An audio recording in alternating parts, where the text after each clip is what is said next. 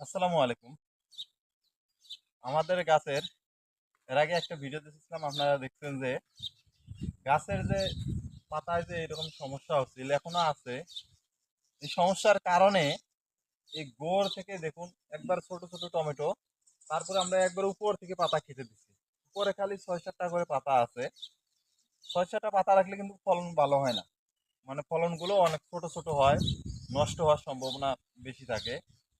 আর একটা বিষয় হলো, আমরা পাতাগুলো কাটার কারণ হলো যে আমাদের রোগে যে এই যে পাতায় যে আক্রমণ করছে, গাছগুলো মনে করেন যে যত প্রকার মেডিসিন মারছি আমরা, পোকা কিন্তু যায় না। কারণ এ কারণে আমরা কি করছি যে বেশি করে পাতা কেটে দিছি, যেগুলো পোকা ধরা ছিল সব কেটে দিছি। কেটে দেওয়ার কারণে কিছু পোকা কমে গেছে। কমে যাওয়ার কারণে মনে করেন যে আমাদের এই যে টমেটো গুলো আছে না, এই দেখুন একটা করে টমেটোর ঝোপায় দেখুন কি রকম টমেটো, 30-40টা করে টমেটো ধরে একটা করে ঝোপায়। আর এই টমেটো গুলোর এগুলো অবশ্যই ভালোই দেখা যাচ্ছে। এই যে বোটাটা করি পোকা খায়া ফেলে এবং মাঝখান দিয়ে ছিদ্র করে। কারণ এরকম ছিদ্র করলে মানে দেখা যায় যে কটা টমেটো আছে কাঁচা পাকা সবগুলো এই মাঝখানে মাঝখানে ছিদ্র করে। এই কারণেই মনে করেন যে পাতাগুলো কেটে ফেলছি।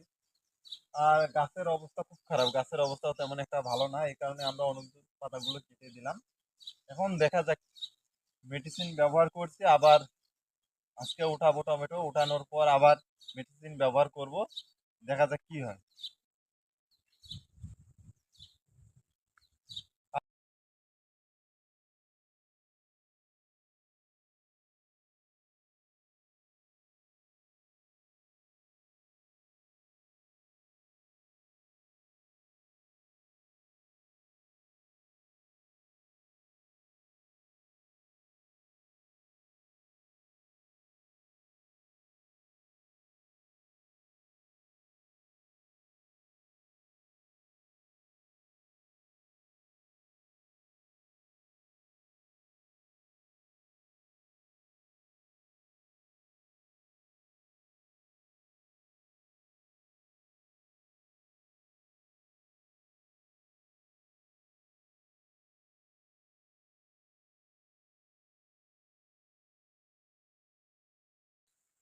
বিদেশে যেভাবে সবজি, হাঁস, মুরগি, এক কথায় আমাদের গ্রাম অঞ্চলে আমরা যেভাবে সবজি চাষ করি এবং বিদেশের মাটিতে যেভাবে সবজি চাষ করা হয়, এগুলো বিষয়ে আমি আপনাদের মাঝে তুলে ধরবো।